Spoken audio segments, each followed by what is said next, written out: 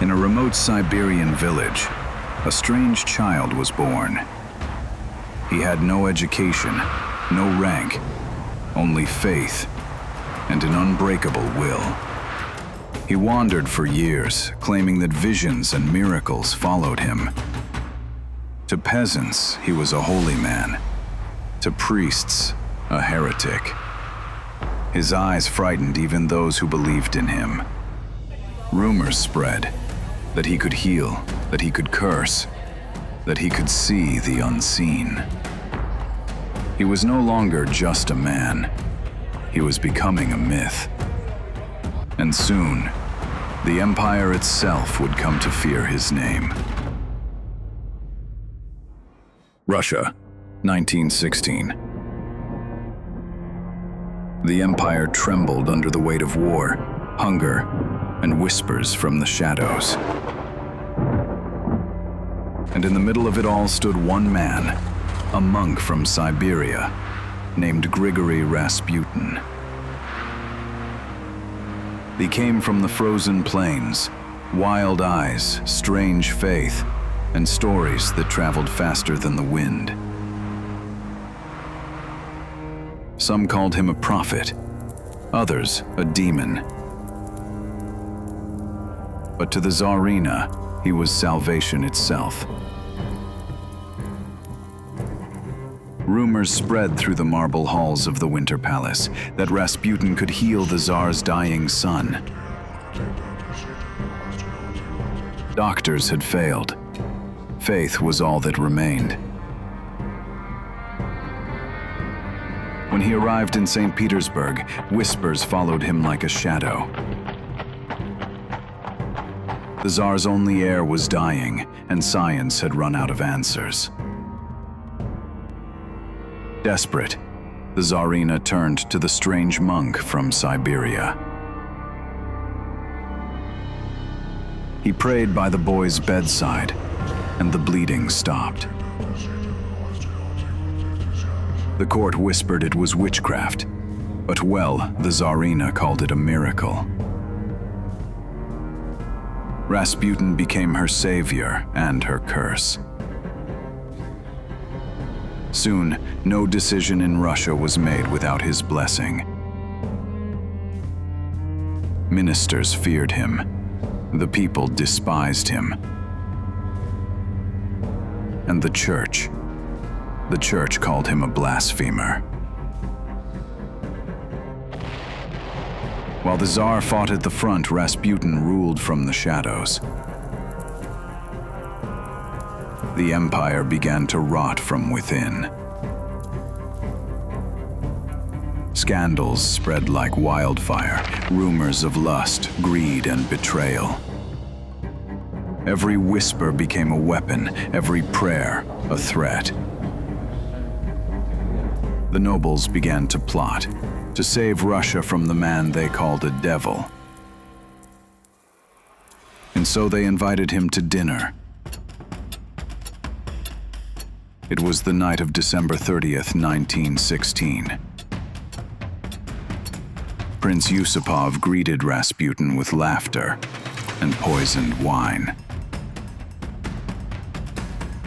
The cakes were laced with cyanide. But the poison did nothing. Rasputin laughed. He kept eating, kept drinking.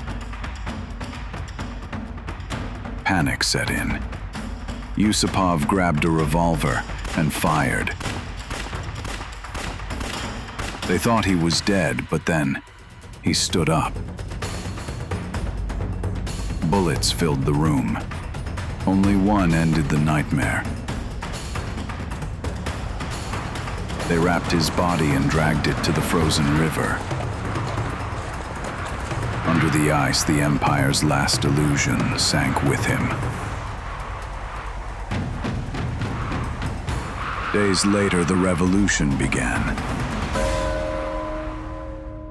The Tsar fell, the dynasty ended. And the shadow of Rasputin remained.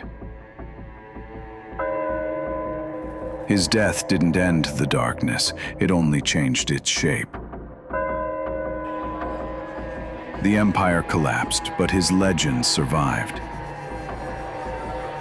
In the years that followed, his name became both a myth and a warning. To some, he was a healer, a man of faith who defied power.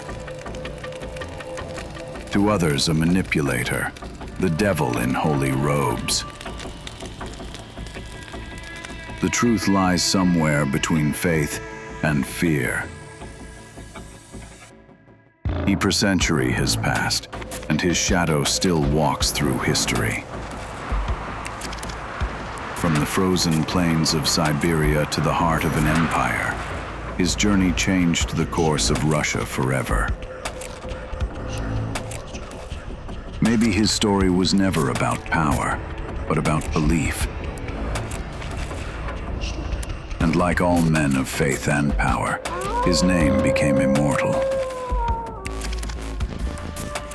Even now, historians argue about who he truly was, a madman, a mystic, or simply a man who understood people's fears.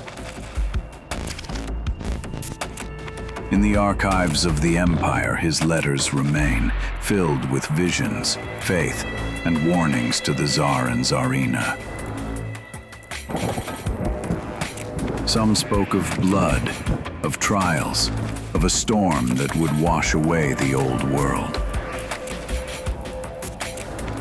And when that storm came, the empire vanished, just as he had foreseen.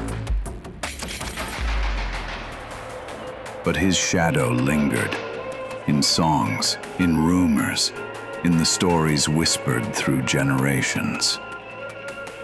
During Soviet times, his name was forbidden, yet it kept coming back, in books, in secret talks, in the imagination of the people. To the West, Rasputin became a symbol of mystery, a legend of Russia's dark soul, a man both feared and desired. Artists painted him as a demon. Writers called him the last ghost of the empire. But behind every myth, there's always a man, fragile, mortally, haunted by faith and doubt. Maybe that's why his story endures, because in him we see both the power of belief and the price of blind devotion. His life became a mirror, reflecting the fall of an empire and the fear of what comes after.